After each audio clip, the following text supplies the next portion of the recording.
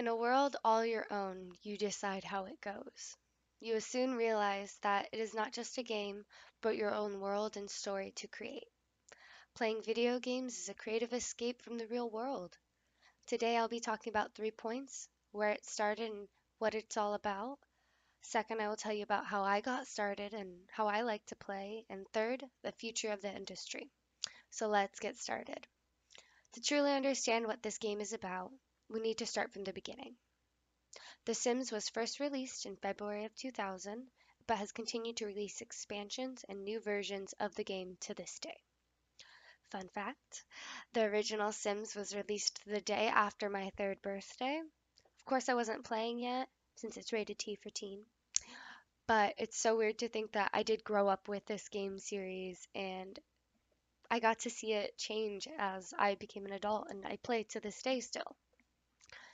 They've released sequels that include The Sims 2 in 2004, The Sims 3 in 2009, and The Sims 4 in 2014. Next to all the sequels, they've released other versions of the game series known as spin offs or expansions. These versions are very similar to other games in the sense that they actually have storylines and objectives that you're trying to achieve. One of my favorite spin offs to play was the Castaway series because it reminded me of Lost and Castaway, but also because your sim had gotten stuck on an island and you had to survive by getting certain goals done. Now, more on how I got started. The game is so versatile in its platform playability as well as during gameplay. It just makes the game so easy to enjoy your own gaming experience. I've played it on pretty much every device there is. I started with The Sims 2 on my brother's PlayStation, and my parents realized how much I liked it, and they got me a DS for Christmas one year. And I started my collection of Sims 2 spin-offs from there. I had, I want to say, over 15 different versions of The Sims and just different games I could pop into my DS and play. And when The Sims 3 was released, I just started playing it on the computer, and I'm never going back. It's the easiest way to play. It's so creative and customizable. I primarily play The Sims 4 now just because it's the newest edition and they are still releasing content for it. As I'm sitting here thinking about how much I enjoy playing and I want to play, I realized I did not explain the purpose of the game and how to play. The Sims is known as a simulation game because you create your own characters and play out their lives. You can design the houses they live in, get them families, and create lives and careers. With certain expansions, you can have pets and host holidays. You can go on vacation and go to college.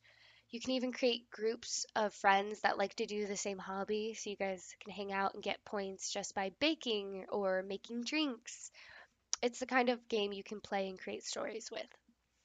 We've talked about The Sims and how it got started and what got me hooked, but now for my third and final point, where it will go. As of right now, The Sims has four The Sims 4 has 9 expansion packs, 9 game packs, and 17 stuff packs released, with more to come.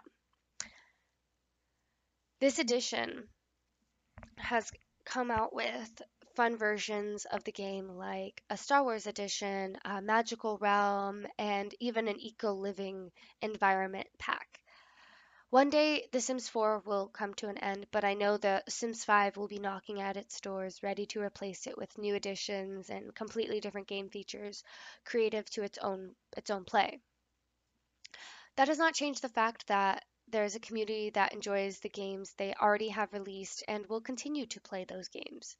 I recently found myself on the internet watching people play Sims and create builds and stories based off their characters. It's a fun way to create your own movie or show.